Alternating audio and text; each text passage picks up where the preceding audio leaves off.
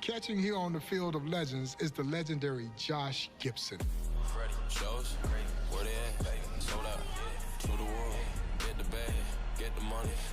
Whom many would call the Black Babe Ruth. But there are others who saw Josh swing that big bat of his who would call Ruth the white Josh Gibson.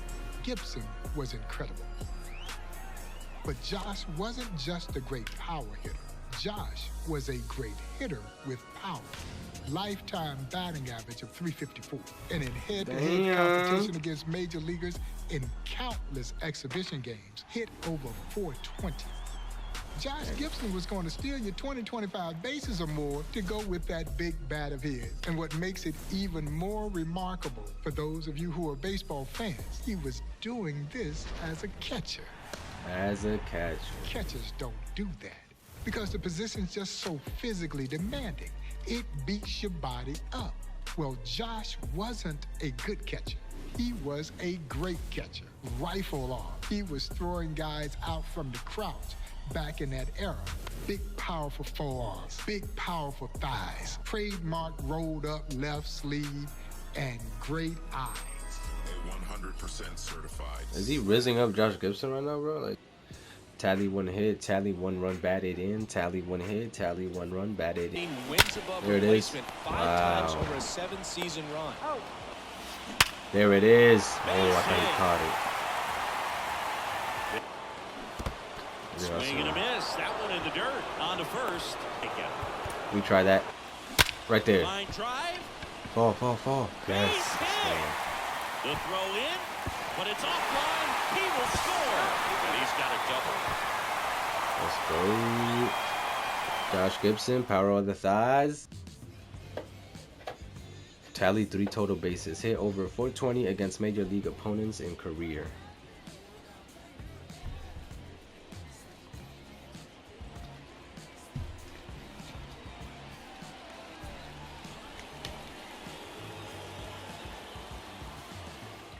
Come on.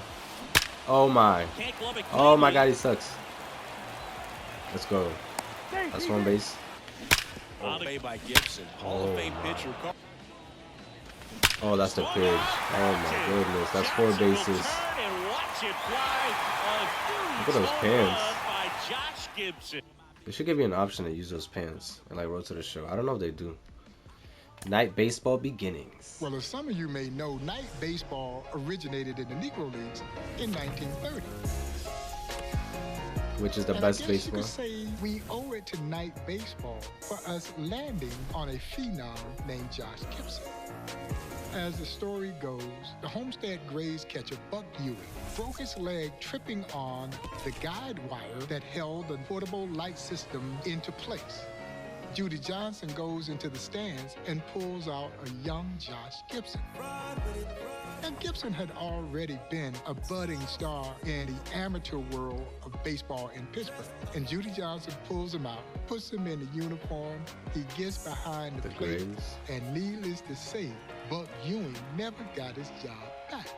But hey, it's no embarrassment to lose your job to Josh Gibson, because now you've got a legendary story as well. That's like Mark Vientos losing his job to JD Martinez right now. What in the world? What is he doing? Oh, it's an injury. I was like, what's happening right now? Okay. Looks like he's about to fight. Tally 1 extra base hit, tally 1 run batted in. We're gonna hit a home run right now. Oh, that's gone. Gibson crushes this one deep to left. Come on. Back on this one. Bro.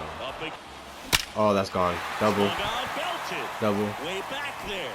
Watch him catch it. Let's go. That's gone. Oh, that's so close. Triple Josh? Triple Josh? Triple Josh? Oh, yeah. Look at Josh Gibson. It's a man's world. I don't break bats. The legendary Buck O'Neil would describe Josh in this manner, that he had the eyes of Ted Williams and the power of Babe Ruth rolled into one dynamic package. You see, his outs were, as we say in the sport, were loud outs. I think about Yeah, a story 'cause that they sound like Buffalo gunshots. I'm like, yo, why are the sound effects so loud? Player had just joined the Kansas City Monarchs. They're playing the Homestead Grays. Kid walks by the bench and sees an old broken bat in front of the Grays dugout. Picks it up and he's gonna tease Josh. Said, Josh, this must be your old bat. Josh Gibson turns and shows him the faded out area on the sweet spot of his bat. And he says, son, I don't break bats, I wear them out. So you're telling me he never broke a bat? Never got jammed in.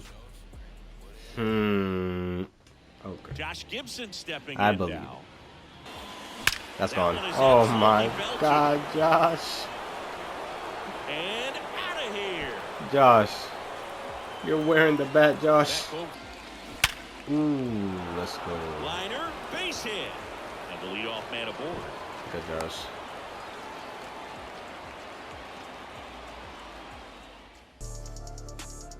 Buck O'Neil, who was around the game for 7 decades, said he only I thought they were playing heard the drill music. distinct crack of the bat.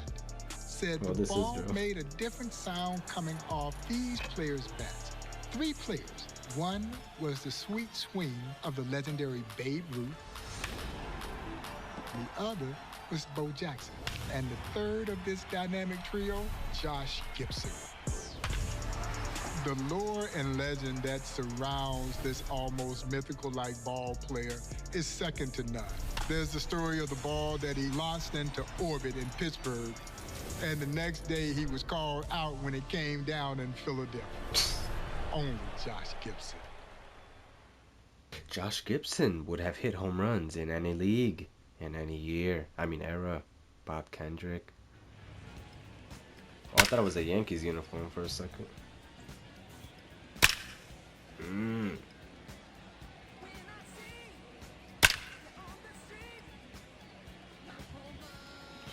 Tally 4 total bases. I'm not hitting a home run Josh here. Gibson.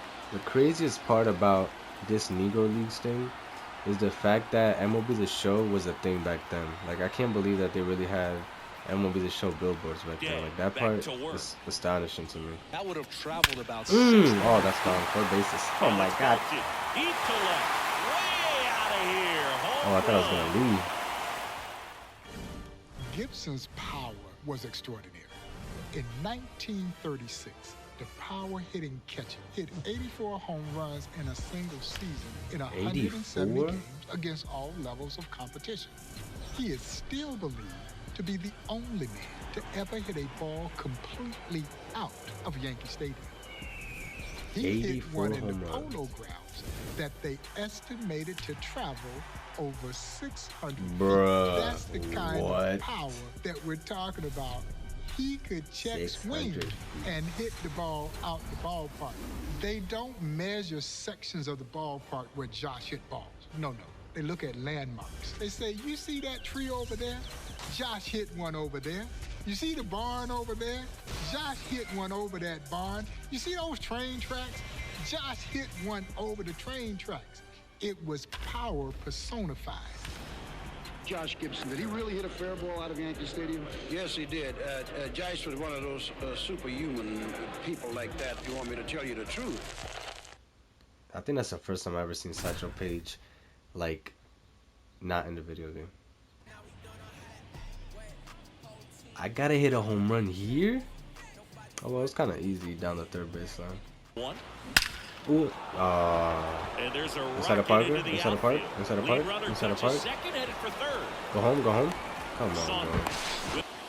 Yes, Now oh a my screamer into the God. outfield. There Let's isn't go, a Josh. ballpark that can contain They cut him off.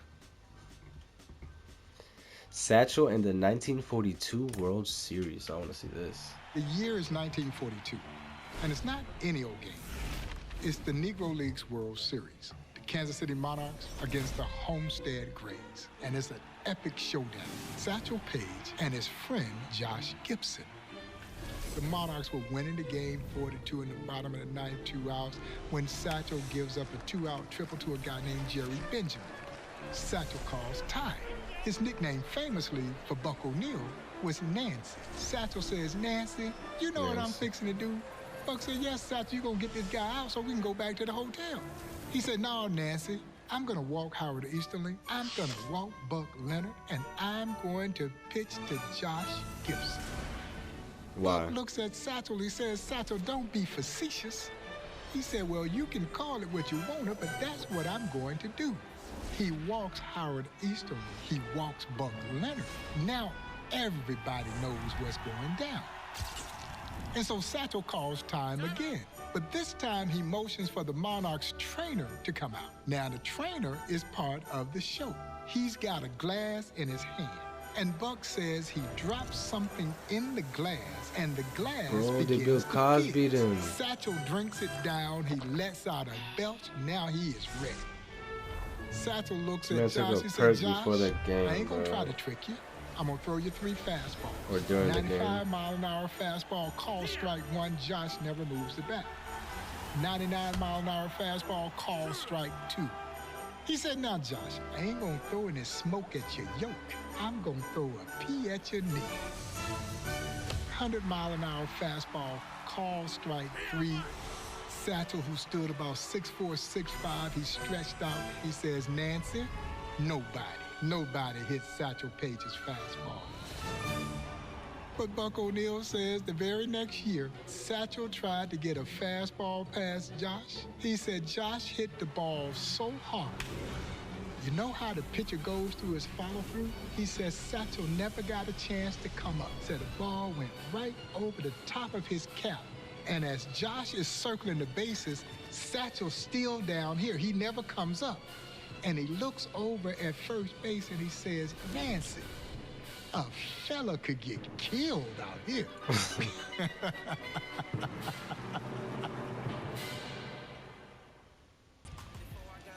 Tally 1 extra base hit, don't strike out 1 time. Nancy.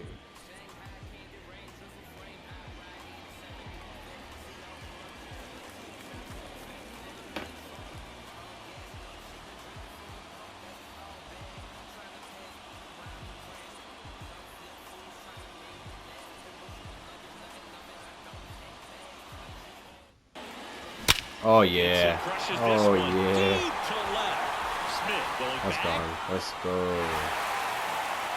And that one's 1,000 career home runs. The legendary Josh Gibson is credited with having hit nearly 1,000 home runs in his 17-year career in the Negro Leagues against all levels of competition, including major leaguers. He lit everybody up. He did not discriminate against any of the pitchers, as Gibson once said to a young teammate who got called out trying to steal second base to end the game. And Josh comes over to him and he says, son, what were you thinking about? He says, Josh, I was trying to get in scoring position. Josh looks at him and he shakes his head. He says, son, I'm in scoring position when I get in the batter's box.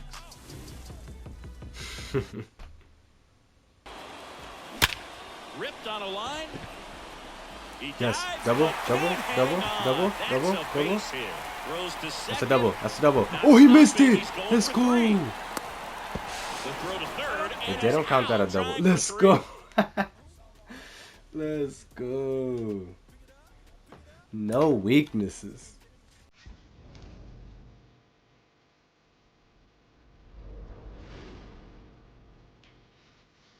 Josh Out of Gibson. all the players that I wish I could have seen play live, Josh has to be at the top of the list. I wish I could have seen him swing that bat, because by all accounts, he had no weaknesses. Yeah, while you're sitting there looking for an area where you think you can get him out, he will have hit 40, 45 home runs by that time. And the power was almost mythical-like. Oh, but let me tell you, it was very real. Josh Gibson dies when he was only 35 years old. He died as a result of a brain tumor. He would eventually succumb to that brain tumor on January 20th, 1947. Ironically, the same year that Jackie Robinson breaks baseball's color barrier. Josh Gibson would have hit home runs in any league, in any era, had he been given the opportunity to do so. This gentle giant, who was born in Buena Vista, Georgia, who would call Pittsburgh home until the day that he passed away, is arguably the greatest combination of power and average this game has ever seen. And Gibson slugged his way into the National Baseball Hall of Fame in 1972, fittingly alongside his Thunder Twin teammate, Buck Leonard.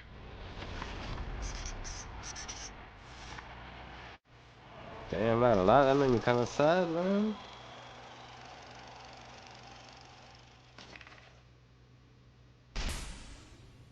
Let me see his stats. Wow. He has crazy power, but you only give him 80 power? How you gonna make me believe that, bro? There's probably a different version of the card, though. I like that one. That's my favorite one so far. I like the Tony Stone one, but this one was really nice. I like the way they did that one. Ding dong, ding dong.